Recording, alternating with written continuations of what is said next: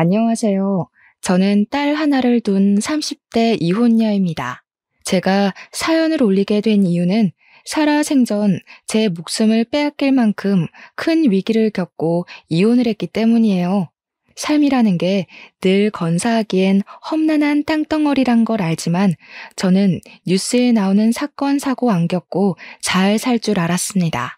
그냥 적당히 부부싸움하고 적당히 고부 갈등 느끼며 남들 지내는 것처럼 그렇게 평범하게 살 줄 알았어요. 제 결혼 생활에 믿을 수 없는 존재가 나타나 저의 행복한 미래를 순식간에 망가뜨릴 줄은 몰랐단 말입니다. 기적적인 사연들도 덜어 있었으나 주로 사연자분들이 억울하고 슬픈 경험담을 이곳에 많이 올리는 것 같길래 저도 한번 들러보았습니다. 내 이야기 하나쯤 쓰는 거야 누구나 어렵지 않잖아요. 제 사연도 어딘가에 공개되어 많은 분들께 들려드릴 수 있다면 갑갑했던 마음이 편할 것 같더라고요. 그렇다면 제 일이 저만의 기억과 불행으로 남지 않고 누구에게나 일어날 수 있는 사례쯤 되지 않을까 싶었어요. 그래도 자랑거리가 아니라서 큰 용기 내어 글을 써내려가는 것이니 위로 어린 시선으로 봐주셨으면 합니다. 저는 이혼남이랑 결혼을 했습니다. 초혼에 이혼남이랑 결혼한다고 하면 다들 말리세요. 저도 당연히 집안의 반대가 심했고 주위 사람들도 친구, 동료 할 것 없이 저의 결혼을 부정적인 시선으로 바라봤죠. 저랑 남편은 직장에서 만나 자연스럽게 이어진 관계거든요. 제가 남편에게 빠진 이유는 솔직히 될 수 없습니다. 그 사람의 배려가 좋았고 다정하게 저를 봐주는 눈빛이 좋았고 저보다 저를 더 신경 쓰고 챙겨주는 손길이 좋았는데 그런 호의적인 태도가 제 마음속에 쌓이고 쌓이다 보니 저도 모르는 사이에 어느새 그 사람을 좋아하고 있더라고요. 제 마음을 정확하게 깨달은 순간은 잘 알고 있는데 그건 바로 남편이 전처 얘기를 할 때였습니다. 희한하게 남편과 살갑게 대화를 하다가도 남편 입에서 전처 얘기만 나오면 기분이 확 죽어버렸어요. 그때 제가 그 전처한테 질투를 느끼고 있다는 사실을 눈치챘고 남편을 좋아하고 있구나라는 걸 똑똑히 알 수 있는 부분이었습니다. 남편도 분명 저에게 호감이 있는 것 같은데 저한테 확실한 의사표현은 하지 않더라고요. 아마 제가 초혼이기 때문에 자신의 존재가 괜히 제 앞길을 막는다고 생각했던 것 같아요. 남편이 그만큼 저를 신경 써주는 게 너무 제 눈에 보였고 저도 어느 순간부터 남편의 그런 태도를 신경 쓰다 보니까 어느새 깊어진 마음 때문에 제가 먼저 고백을 했습니다. 남편은 저를 감히 거절할 생각을 못하면서도 미안해했어요. 자기가 이혼남이라서 사과를 했고 제 연애사에 먹칠을 하는 것 같다며 사과를 했죠. 하지만 남편은 제게 오점이 되는 존재가 아니었습니다. 이혼한 게 어때서요? 제가 초혼 입장이면 이혼남이랑 연애하면 안 됩니까? 법에 어긋난 짓을 하는 것도 아닌걸요. 남편은 연애하면서 제게 평생 겪어보지 못할 만큼의 마음을 주었습니다. 이런 건 이혼남이 아닌 미혼 남자친구한테서도 느껴보지 못했던 사랑이었어요. 그때만 해도 마음의 크기와 태도는 이혼을 했고 안 했고로 나눠지는 것이 아니라 그 사람의 됨됨이와 진실한 감정으로 만들어지는 거라고 생각했습니다. 저는 남편과 혼전 임신을 하게 되었어요. 어차피 저희가 결혼 전제를 생각하고 있던 터라 임신을 축복으로 생각했고 망설임 없이 바로 결혼식 날짜를 잡았죠. 남편이 다정했던 것만큼 시부모도 정말 자상하고 좋은 분들이었습니다. 저는 시집 잘 갔다는 생각을 했을 정도로 고생 없이 지냈어요.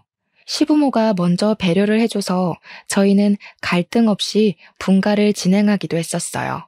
그리고 제가 출산을 할 때까지는 시댁과 남편에게 최고의 대우를 받았습니다. 시모가 굳이 저희 집을 찾아와 임신에 좋다는 몸보신 음식을 많이 만들어 주었고 남편도 제가 뭐 입만 다시면 이것저것 챙겨주면서 늦은 새벽까지도 편의점을 뱅뱅 돌았어요. 이런 집안을, 이런 남편을 누가 이혼 집안이라 욕을 하겠습니까? 초혼끼리 결혼을 한 제 친구들도 시댁이랑 남편한테 이런 대접은 못 받았답니다. 제가 아기용품 돈 들인 거 없이 시부모가 잔뜩 해주고 남편이 산책할 겸 친구들 만나서 놀다 오라고 용돈까지 준다고 하면 제 친구들이 더 자지러져요.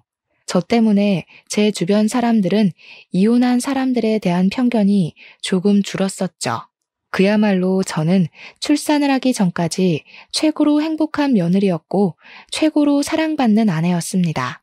하지만 역시 결혼이랑 풍습은 사람의 인간성을 제대로 밝혀주는 도구인 게 아닌가 싶어요. 다들 이혼을 하는 데는 그만한 이유가 있는 거라고 하잖아요. 물론 억울하게 이혼당한 멀쩡한 사람들이야 널려 있겠죠.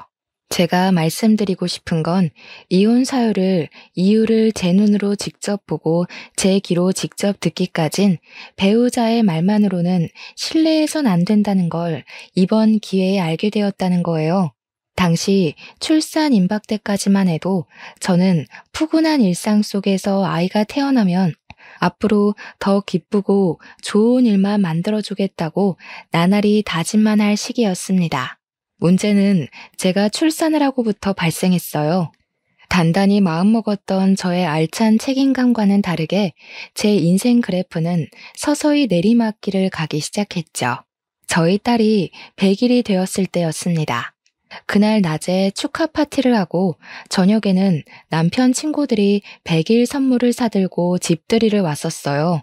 결혼 전에도 몇 번 만나서 같이 인사 나눴던 적이 있었기에 아는 얼굴들이었습니다. 남편의 고등학교 동창이라서 서로 못 볼 거 다 보고 다 듣고 함께 큰 친구들이더라고요. 같이 어울려서 감사 인사를 전하고 싶었으나 저는 아기 때문에 간단한 술상을 차려주고 방에 들어와야 했습니다. 남편 친구들에게 받은 선물들을 풀어보며 딸에게 잘 어울리는 옷과 인형들을 가지고 제 아기랑 놀았어요. 그렇게 한 2~3시간이 지났을 겁니다. 아기는 애착 인형 하나 안고서 잠이 들었고 저도 슬쩍 졸릴 때였어요. 갑자기 밖에서 남편의 큰 목소리가 "우리 와이프!" 하고 소리를 치는 겁니다. 수저로 상을 두들기는 것 같기도 했어요. 사람이 왜 내 얘기를 하는 것 같으면 그 호기심 못 참지 않습니까? 남편이 제 얘기를 뭐라고 할까 궁금한 마음에 잠이 깨더라고요. 슬쩍 몸을 일으켜 방문을 열어봤습니다. 와이프가 나한테 연락 왔더라니까. 지가 뭔데 우리 딸 100일을 축하해. 내 딸 태어난 그날에도 그년이 나한테 문자했는데 뭐라는지 아냐? 나 안 닮아서 다행이라더라. 아빠 잃게 될 텐데 아빠 닮으면 서럽지 않겠냐고. 미친 거 아니야?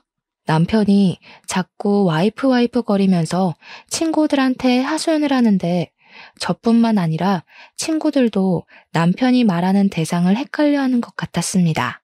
저는 당연히 와이프라 해서 제 이야기인 줄 알았으나 친구들이 와이프 누구를 말하는 거냐고 묻는 소리에 남편 대답을 듣고 좀 당황했어요. 아, 누구긴 누구야. 내 와이프 모르냐? 심수와 그년. 걔 때문에 내 인생이 성할 날이 없다. 무슨 나 못 잡아먹어서 죽은 귀신이 붙었나? 자기가 자기 발로 집 나가놓곤 이제 와서 누굴 탓하는 건지 모르겠다니까. 심수아? 제 이름은 김옥연입니다. 그러니까 남편이 여태 와이프라고 칭했던 사람은 전처라는 거겠죠. 그 순간 서운하고 기가 막혀서 방문을 닫아버렸는데 제가 좀 세게 닫아서 아마 밖에서 다 들었을 겁니다. 그렇잖아도 떠들썩하던 분위기가 순식간에 팍 조용해졌더라고요. 그러나 전처 얘기는 그날뿐만이 아니었어요. 그 뒤로 남편은 술만 마시면 한 번씩 전처를 자기 와이프라고 일컬었습니다. 술 깨고 그 다음날 제가 그 사실을 콕 집어서 지적을 해주면 남편은 혼자 식겁해선 미안하다 사과하길 몇 번이나 반복했어요. 그러면서도 전혀 고쳐질 기미는 안 보였습니다. 당신 전처한테 미련 남았어? 내가 분명 조심해달라고 했잖아. 술 마실 때마다 같은 실수 반복하는 건 내 말을 귓등으로 듣는 거야? 아니면 전처가 그립기라도 한 거야? 무슨 그런 소리를 해. 나한테 전처는 끔찍한 존재, 그 이상도 이하도 아니야. 나한테는 과거 결혼 생활이 지옥이나 마찬가지였다고 했잖아. 내가 왜 자꾸 술 먹고 그러는지 모르겠지만 미안해. 근데 진짜 전처에 대한 마음은 이미 옛날부터 없었어. 제 대처법에 문제가 있는 건지 제가 계속 같은 말을 반복해야 하는 날이 들어갔어요. 같은 문제로 서운함이 쌓이다 보니까 갈수록 더 심한 갈등이 생기더라고요. 그래서 남편이 먼저 다시는 술을 안 마시겠다고 다짐을 해줬고 그걸로 겨우 합의를 봤습니다. 물론 남편은 한번 갔다 온 사람이니까 와이프라고 부르던 전처를 착각하고 또 그렇게 부를 수 있다고 이해는 해요. 하지만 그게 술 먹을 때마다 반복이 된다면 좀 곤란하잖아요. 그것과는 별개로 저만 스트레스를 받는 거고요. 남편은 알아서 입 싹 닫고 군말 없이 금주를 하겠다고 해주니 저도 그쯤에서 한 발 양보해야 했습니다. 그렇게 시간은 또 좀 평화롭나 싶었어요. 그럴 리가 있겠습니까? 제 인생이 출산을 하고 내리막길을 내려가고 있다 그랬잖아요. 그날도 저는 여전히 내리막길에 서 있던 중이었어요. 남편이 출근한 날 제가 아이를 유모차에 태우고 잠깐 산책을 나간 적이 있었습니다. 벤치에 앉아서 아이랑 놀고 있는데 어떤 여자가 제 옆에 착석하더라고요. 그분은 반려견 산책을 나왔는지 유모차에 강아지를 태우고 있었습니다. 우리 딸이 그 새끼 강아지가 인형인 줄 알고 만지고 싶어서 손을 조물락거리길래 저도 그 강아지를 아른 채 했어요. 와, 강아지가 너무 예쁘네요. 이 정도면 겨우 4개월 정도밖에 안 됐겠어요. 저희 애도 강아지를 되게 좋아해서 집에 강아지 인형이 많아요. 인형 같은 강아지가 움직이니까 우리 딸이 이렇게 좋아하네요. 네, 그래봤자 아이만큼 예쁠까요? 보니까 확실히 부인을 더 닮긴 했네요. 그래도 이렇게 잘 낳고 잘 살고 계신 것 보면 강영철 씨가 아이 지우란 소리는 안 했나 봐요? 어때요? 남편이 잘해줘요? 그 순간 그 장소는 산책길이 아니라 무슨 차가운 빙판길과도 같은 느낌이었습니다. 강영철은 제 남편 이름이에요. 낯선 여자 입에서 남편 이름이 나오자 저는 그 여자가 누군지 왠지 알 것 같더라고요. 강영철 씨 전처되는 사람이에요.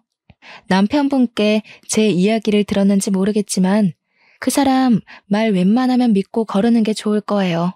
진실한 게 전혀 없는 사람이거든요. 역시나 그녀는 내 남편의 전처였던 겁니다. 어떻게 전처가 우리 아파트 산책길에 있는 건지도 궁금했지만 그보다 제 신경을 더 쓰이게 만들었던 건 전처가 뒤에 한 말들이었어요. 애가 곧 돌이죠? 저도 아들이 하나 있었는데 돌도 못 보내고 죽었어요. 강씨 집안 때문에 제 애가 제 명에 못 살고 안타깝게 떠나버렸죠.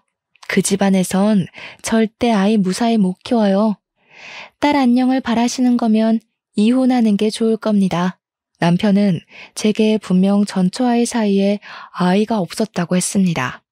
아이가 없는 건 맞는 것 같은데 그게 원래 착상 자체가 없었던 게 아니라 아이의 사망 때문에 자식이 없다고 했을 줄은 꿈에도 몰랐어요. 몰랐으니 당연히 아이에 대해선 더 물을 생각도 안 했고요. 이미 아이 여부 사실만으로 너무 놀라서 대답을 못 하겠는데 이혼을 하라니요.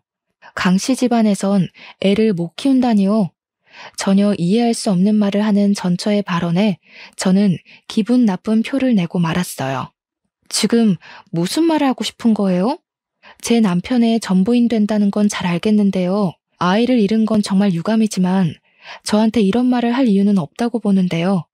혹시 저희 집 뒷조사라도 했나요?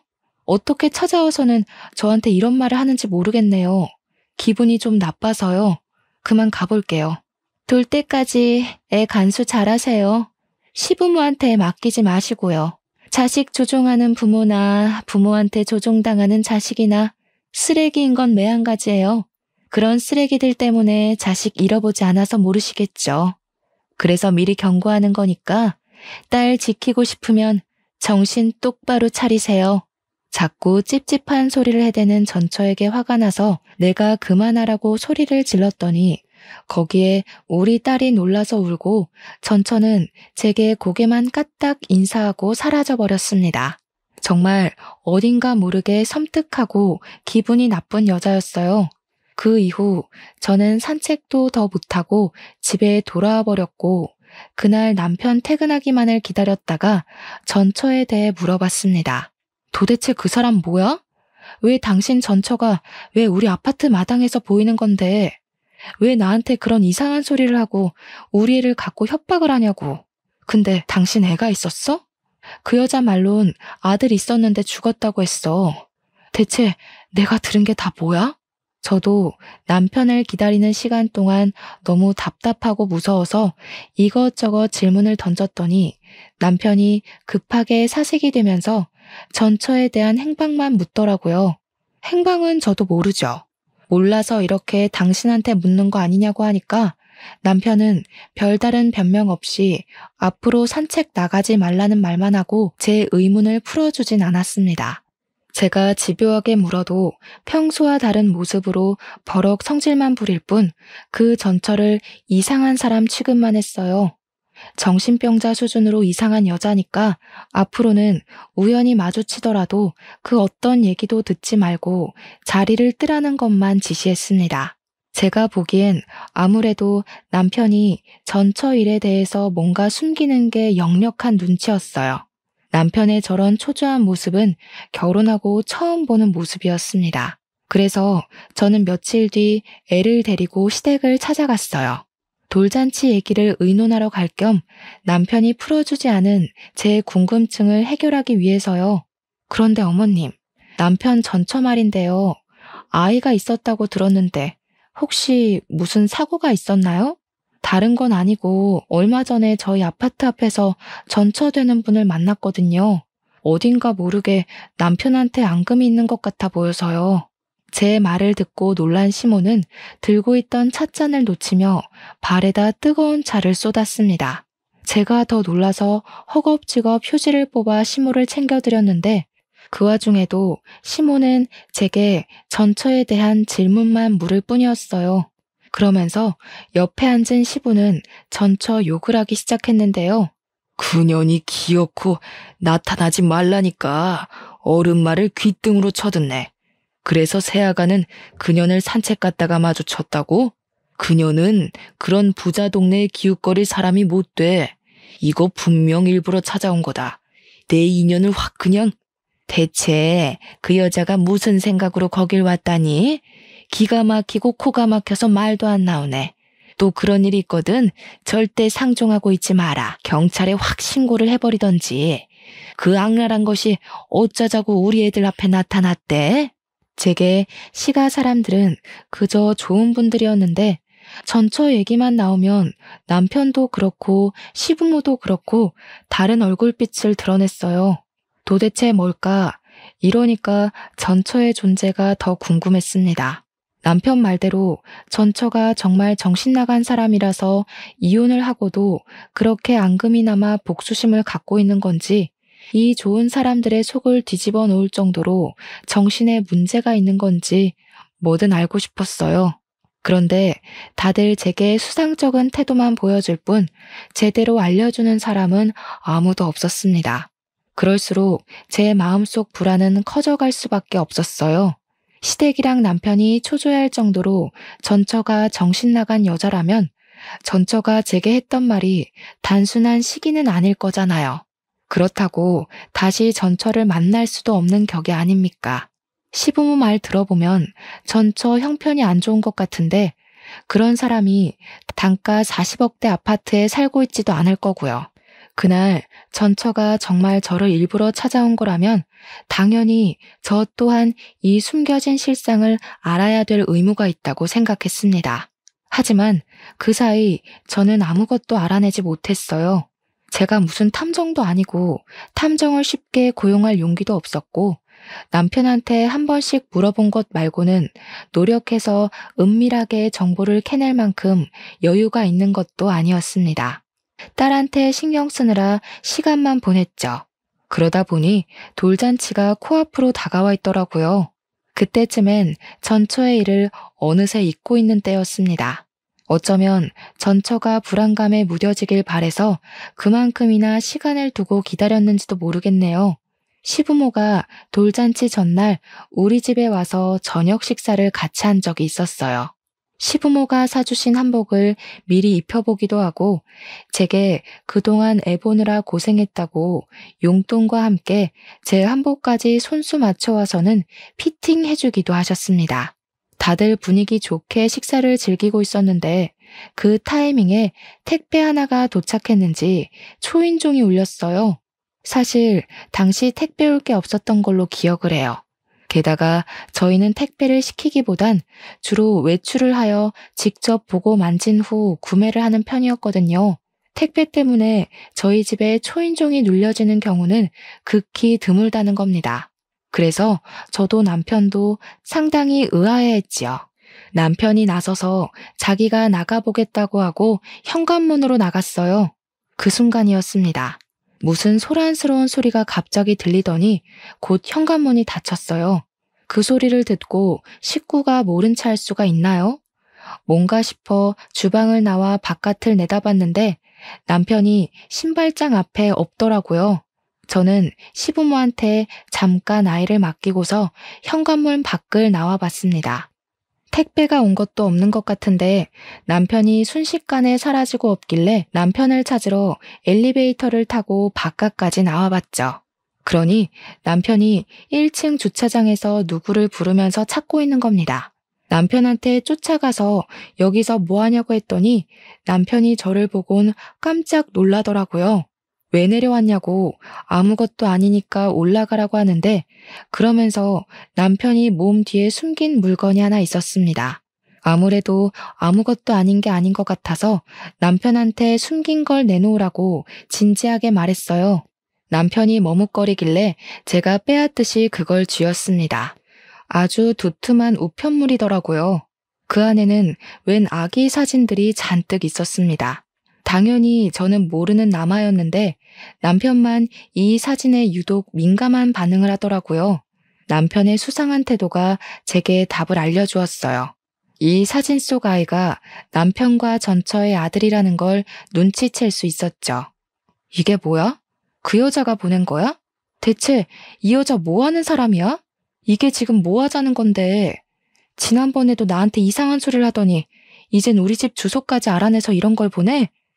이거 우리한테 의도적으로 접근하고 있는 거 아니야? 신경 쓰지 마. 애가 원래 좀 정신이 나갔다고 그랬잖아. 내가 다 해결할게. 부모님만 두고 내려오면 어떡해. 애 울면 어쩌려고. 금방 따라 올라갈 테니까 얼른 가. 이걸 어떻게 신경 안 써. 잊을만 하면 그 여자가 나타나서 스트레스 받게 하는데 하루 이틀도 아니고 무려 시간을 두고 계속 이러고 있잖아. 이 정도면 이거 문제 있어도 단단히 있는 거야. 혹시 뭐 캥기는 거 있어서 말 못하는 거니? 아무것도 아니라니까 그러네 자꾸. 전처 얘기가 우리 관계에 낄 이유가 없어서 쓸데없이 입 놀리기 싫은 거라니까. 제발 당신까지 나 열받게 좀 하지 마. 정작 열이 받는 건 저인데 남편은 저 때문에 더 머리 아프다고 짜증을 내고 있었습니다. 솔직히 답답한 건 제 입장이 더 그렇지 않을까요? 저는 아무것도 모른 채 제 딸로 협박 비슷한 걸 당했고 남편과 싸우고 시부모님을 괜히 의심했었습니다. 불안을 잊을만 하면 다시 전처의 존재가 등장해 상처난 곳을 또다시 헤집어 놓으니 저까지도 미치고 팔짝 뛸 노릇이었어요. 그리고 그때였습니다. 남편이랑 신경전을 벌이고 있던 그 순간 갑자기 아이 울음소리가 들렸는데 저는 엄마니까 본능적으로 느낄 수 있었어요. 바로 우리 딸 울음이라는 걸 말이죠. 딸 기척을 듣고는 소리 나는 쪽으로 당장 고개를 돌렸더니 충격적인 광경이 펼쳐져 있는 거 아니겠습니까? 우리 집 베란다 창문 밖으로 누군가가 제 딸을 떨어뜨리려고 하는 걸 보고 말았습니다. 너무 놀라서 저는 손을 벌벌 떨며 비명을 질렀습니다.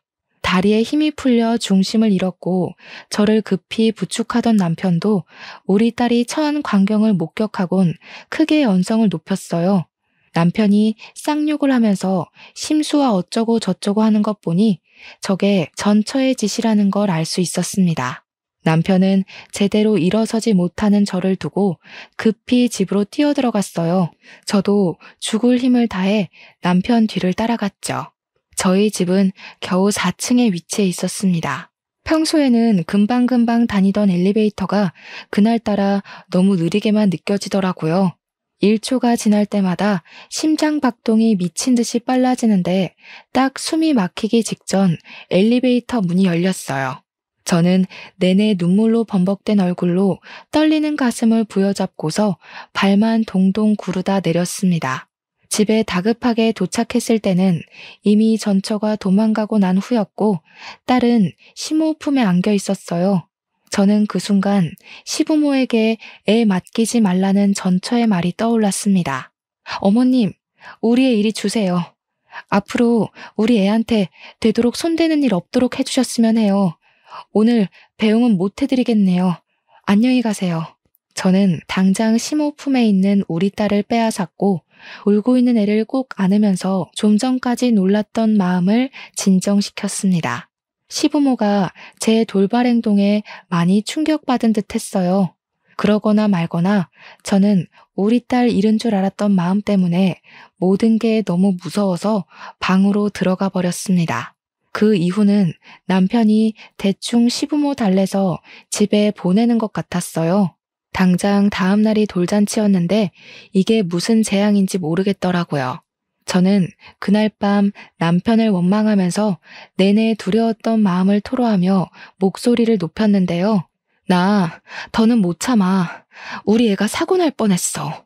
그런데도 당신이 나더러 상관없으니까 빠지라고 한다면 나 당신이랑 이혼할 거야.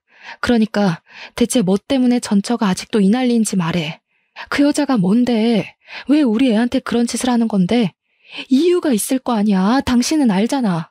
제가 너무 득달같이 달려들면서 서럽게 우니까 남편은 결국 과거의 일을 얘기해 주었습니다. 이혼 얘기까지 하니까 남편도 더는 감출 수 없는 부분이라고 판단했겠죠.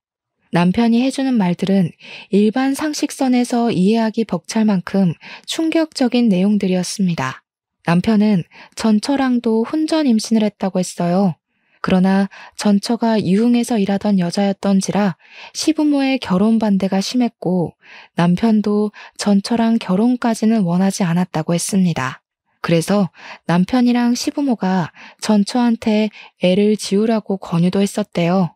전처는 절대 애를 지우지 않았고 결혼을 하지 않는다면 남편 직장에 소문을 내서 남편 앞길을 막을 거라 협박을 했었다고 합니다. 결국 시부모는 둘의 결혼을 허락했다는데요. 전처의 형편이 안 좋으니까 시가의 합가로 시작을 했는데 시부모가 그 기회를 틈타 전처에게 그렇게 심한 시집살이를 일삼았다네요. 전처가 출산을 하고 난 후에도 시부모는 전처를 일관되게 하대했고 오히려 전처가 이 생활을 못 견디고 집을 나갈 수 있도록 남편한테 일부러 다른 여자까지 서슴없이 소개해주며 전처 마음에 불을 지폈다고 했습니다. 또 시부모가 남편과 전처 사이를 이간질도 해 남편이 전처를 안 좋게 보도록 만들었다는데 남편이 그걸 곧이곧대로 믿고는 전처에게 손찌검도 했다는 거 아니겠습니까? 그리고 애가 죽음까지 이르게 된 것도 애가 돌이 되기 전에 시부모가 전처를 강제로 떼어놓고 접종 마치러 가다가 사고가 난 거였고 웃기게도 시부모는 괜찮았는데 아기만 세상을 떠나게 된 경우였다고 합니다. 남편 말로는 아마 아이가 죽고부터 전처가 미쳐서 지금까지 이러는 것 같다고 했습니다. 그 소리를 죄인이 된 것처럼 얘기를 하는 남편을 보면서 저는 처음으로 남편이 인간 아니라는 생각을 했어요. 제가 알고 있는 다정한 남편이 가면이란 걸 알았고 인심 좋은 시부모의 존재가 거짓이라는 걸 알았습니다.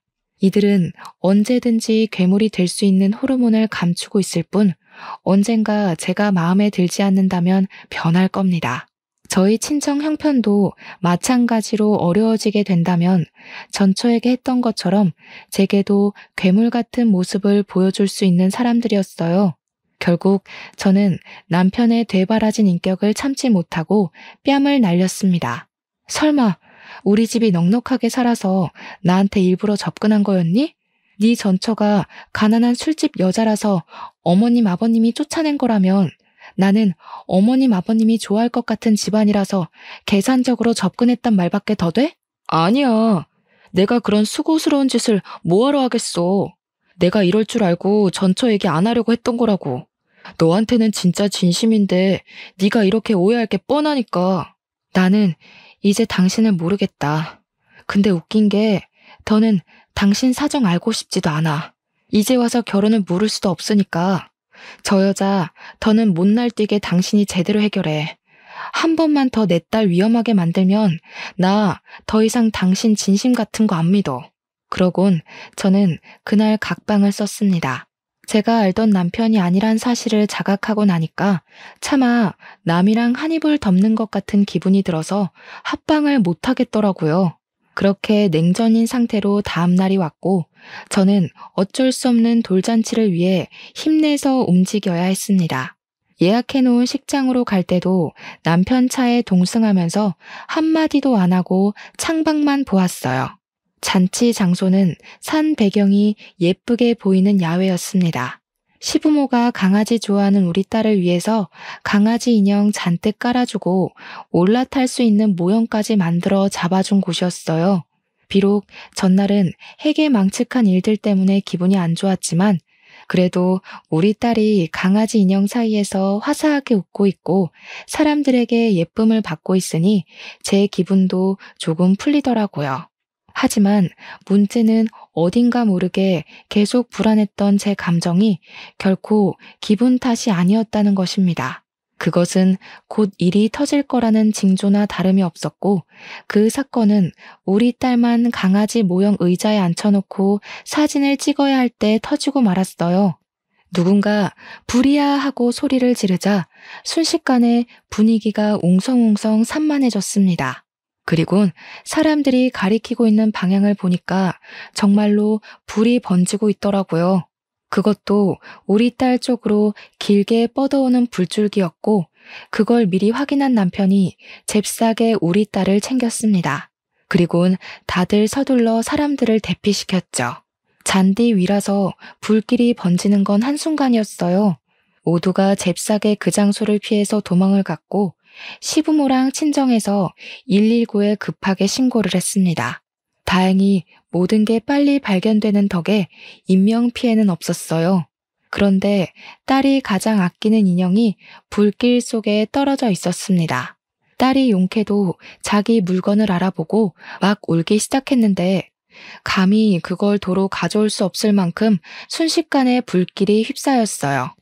대체 이게 어떻게 된 일인가 했더니 나중에 경찰이 우리 앞에 잡아온 전처를 보여주면서 모든 것이 상황 파악되었습니다. 저는 또 한 번 내 딸에게 위험이 닥쳤다는 생각에 눈에 뵈는 게 없는 상태였어요. 전처의 존재를 보자마자 물불 가리지 않고 다가갔고 전처의 귀싸대기를 강하게 때렸습니다. 대체 우리한테 왜 이래? 당신 개인적인 복수심을 왜 내 딸로 장난질하는 거냐고. 당신이 억울하고 분하면 내가 내 자식까지 바쳐야 돼? 나한테 이럴 게 아니라 그쪽이 남자 잘못 만난 탓을 해야죠. 나는 저 사람들이 잘 먹고 잘 살도록 못 내버려도 내 아들이 왜 죽었는데 네 애가 어떻게 죽었는지 알면 남의 자식한테 이러면 안 되지. 어떻게 아이 잃었다는 엄마가 똑같이 끔찍한 짓을 저지를 수가 있어. 당신은 당신 아들을 2번 죽이는 거나 다름없다고. 그쪽이 그렇게 원망하는 사람들이랑 다를 게 뭐야. 제가 울분을 토하며 고함을 지르자 전처는 자신의 잘못을 알고 눈물을 흘리면서도 시부모와 남편을 노려봤습니다. 그러면서 저들이 자신의 아이를 죽이고도 아무 일 없었던 척 행복한 게 너무 싫었고 목숨 걸고 복수를 하고 싶었다고 했어요. 그것에만 미쳐있다 보니 죄 없는 내 생각까진 미처하지 못했다며 결국 미안하게 되었다고 사과를 했습니다. 전처의 마음을 아예 이해 못하는 게 아니라서 저도 속이 미어 터질 것 같았어요. 진짜 괴물은 전처가 아니라 시댁과 남편인데 이 사람들 때문에 전처도 괴물이 될 수밖에 없었다는 걸 알아서 이해해주고 싶었어요. 하지만 내 딸 생각하면 결코 용납할 수는 없는 짓이었죠. 그 사이에서 저는 그 누구에게도 원망하지 못해 감정조차 제대로 표출할 수가 없었습니다. 그러자 그때 시부모랑 남편이 뒤늦게 전처 앞에 와서 사죄를 하더라고요. 민재 어미야, 우리가 잘못했다. 그날 그건 정말 사고였어. 물론 우리가 민재를 억지로 떼놓은 건 용서받지 못할 실수였다는 거, 그거 인정해. 그렇다고 죄 없는 내 손녀가 어른들 복수 때문에 피해보는 건 아니지 않니? 제발 그만해라. 너 때문에 우리 충분히 피 말랐어. 그래, 복수를 할 거면 나한테 해. 네 눈에 띄지 않게 살려면 나 진짜 찍소리도 안 하고 얌전하게 지낼 수 있어. 그러니까 제발 내 딸은 건들지 마. 이렇게 부탁할게. 시부는 끝까지 전처를 외면하고 있었고 시모랑 남편이 나름 진심을 담아 사과를 했지만 저는 알고 있었습니다. 그것이 이미 늦은 용서인데다가 자기들이 살고자 하는 비굴함이라는 걸요. 그래서 전처가 그런 핑계 섞인 사과를 받아주지 않을 거란 것도 예상을 했어요. 전처는 그들에게 마지막으로 침을 뱉어주며 경찰에게 끌려가면서도 소리를 질렀습니다. 내 아들 불쌍하게 보내놓고 내 딸 내 손녀 잘도 짓거리네. 당신들 내가 절대 지옥에서 못 벗어나게 해줄 거야. 차라리 죽는 게 낫겠다 싶을 만큼 또 찾아가고 계속 나타날 거야. 아무것도 못 해보고 죽은 내 아들의 한 어떻게든 당신들 이용해서 풀어줄 거니까 매일 피말라 죽는 기분이 뭔지 느껴봐. 전처의 발언은 그 자리에 있는 모든 사람들과 공직자들에게 불쾌감을 넘어 안타까움을 안겨주었습니다. 그리고 저희 시댁과 남편은 순식간에 천하의 몹쓸 놈들이 되어버렸죠. 이 모든 광경을 지켜보면서 저는 더 이상 이 아슬아슬한 집안을 감당하기가 버거웠어요. 그래서 우리 딸의 기쁜 생일날 남편에게 이혼을 요구하고 말았습니다. 남편은 제 말에 놀라서 무슨 소리냐고 또 해명을 하기 시작했어요. 쟤 그냥 하는 말이야. 그래봤자 방아쇠로 몇 년은 깜빵에서 썩을 운명이라고. 더 이상 이런 일 없을 거야. 방금 사과한 것도 적당히 걔 비위 맞추려고 했던 거지. 나 솔직히 잘못한 거 없어. 내가 지 아들 죽였나? 자기 아들 운명이 거기까지였던 걸 괜히 우리 탓하면서 난동 부리는 거야. 이런 것도 해명이라고 하는 건지. 정말 사람 같지도 않은 탈을 마주하면서 구역질이 나올 뻔했습니다. 그리고 언젠가는 이 비굴한 모습이 제게도 향할 독화살일 거라는 생각이 들었어요. 사람은 모든 걸 잃었을 때 본 얼굴이 나온다고 하잖아요. 남편의 밑바닥을 이렇게 노골적으로 확인하게 되니 그동안 자신했던 저의 판단들이 모두 잘못되었다는 걸 느꼈습니다. 저는 치밀어 오르는 우라를 참지 못하고 남편의 귀싸대기를 한 대 날렸어요. 딸을 위해서 과감히 남편을 버리기로 마음먹었죠. 당신은 그 여자한테 진심으로 사과를 했어야 했어. 다리가 절단 나도록 무릎을 꿇었어야 했고 머리에 피가 나도록 쳐받고 잘못을 빌었어야 했다고. 잘못한 게 없다고? 당신이 저 여자를 만났던 거, 지우라고 협박했던 거, 시부모한테서 지켜주진 못할 망정 똑같이 괴롭힌 거, 이건 다 잘한 짓이니? 그냥 당신은 당신 자체가 잘못인 거라고. 알았어. 다 알았으니까 여보 제발 이러지 마. 왜 저 여자 일에 휘말려서 우리가 헤어져야 돼? 저 여자 말 다 진짜는 아니야. 우리가 이혼하면 저 여자 좋은 일만 시켜주는 꼴 된다니까? 한심한 새끼. 끝까지 자기가 뭘 실수하고 있는 줄 모르네. 저 여자의 죽은 아들도 어쨌든 네 새끼 아니야? 어떻게 네 새끼를 그런 식으로 말할 수가 있는지 모르겠다. 이제 보니까 정신 나간 건 저 여자가 아니라 너네 집안이었네.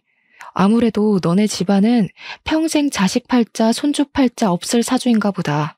그만 이혼하자. 모두가 제 결혼을 부러워했고 제가 대접받고 산다고 생각을 했는데 그런 분위기 속에서 이런 결과를 보여주고 말았으니 정말 수치스러웠습니다. 저 하나만으로 이 망신스러운 곤욕을 당하는 거라면 그래도 견뎌는 봤을 거예요. 그런데 저희 친정 식구마저 제 꼴을 다 목격했잖아요. 제가 이런 사람과 결혼하고자 목에 핏대까지 세우고서 친정 식구들을 설득했었단 말입니다.